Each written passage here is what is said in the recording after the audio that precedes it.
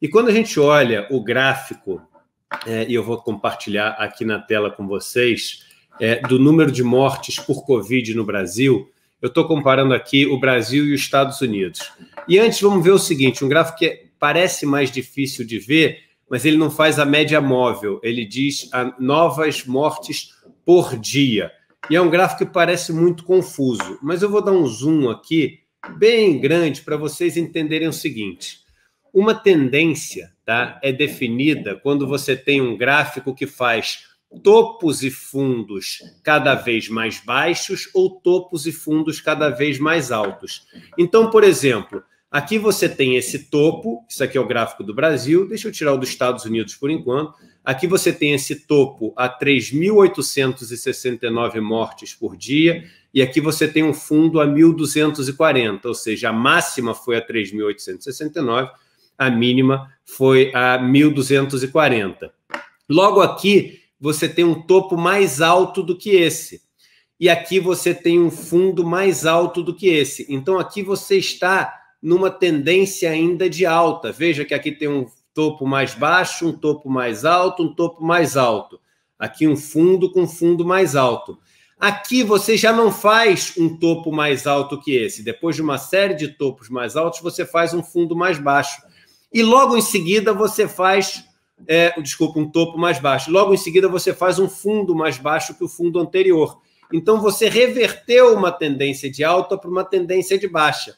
Olha o que acontece imediatamente depois.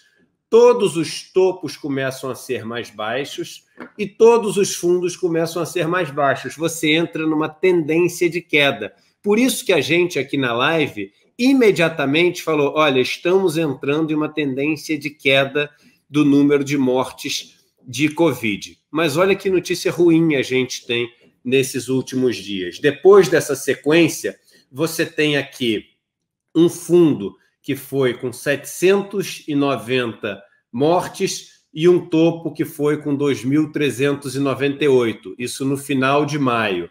E aí, infelizmente, a tendência se reverte, ou seja, de um fundo de 790 mortes, a gente passa a ter um fundo de 860, de um topo de 2.398, um topo de 2.507. E o último fundo de 873 acima de 860. O que eu quero dizer para vocês? Infelizmente, e isso antes que os jornais te falem, antes que os noticiários te falem, nós estamos com muita tristeza dando essa notícia para vocês, analisando esse gráfico, que a tendência virou.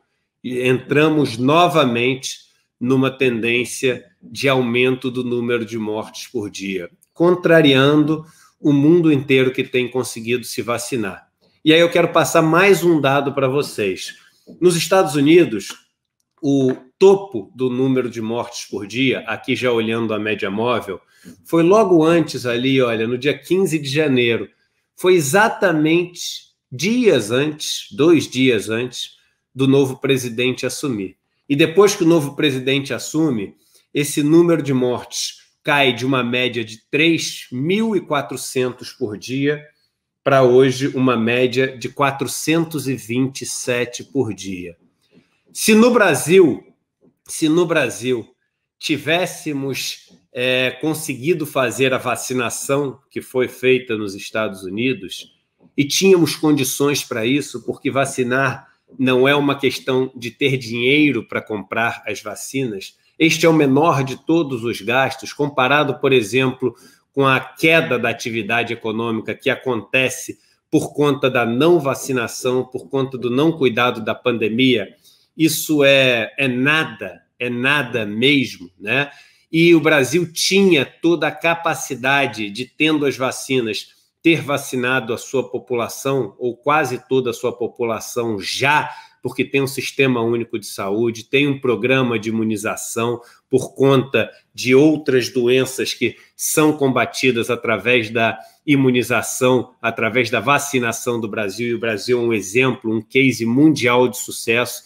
Se o Brasil tivesse respondido os e-mails que não respondeu, se o Brasil tivesse comprado as vacinas por um preço até melhor do que foi ofertado para outros países, que decidiu não comprar. Se o Brasil tivesse acreditado na vacinação como alternativa, como explicitamente não acreditou, palavras do presidente da República, Jair Bolsonaro, se o Brasil tivesse feito isso, nós teríamos um gráfico igual ou até melhor do que esse dos Estados Unidos. E fazendo uma simples regra de 3, e vendo que nos Estados Unidos eles vieram de uma média de 3.400 mortes para 420 mortes, o Brasil teria saído de um total de 3.100 mortes por dia e teria ido para um total de menos de 400 mortes por dia, em torno de 380 mortes. Fazendo essa média, essa regra de 3 simples, usando as médias aqui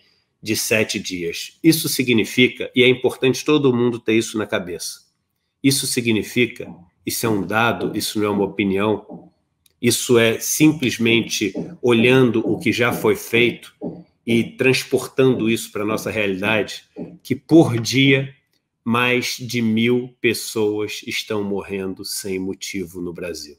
Ou seja, na verdade com motivo, e o motivo é ter um governo absolutamente descuidado, perverso, malvado mesmo, sabe? Que não cuida da vida, que não dá valor à vida, que faz chacota da vida. Mas tenham esse número na cabeça. Todos os dias, mais de 2/3 das mortes que acontecem no Brasil poderiam ter sido evitadas.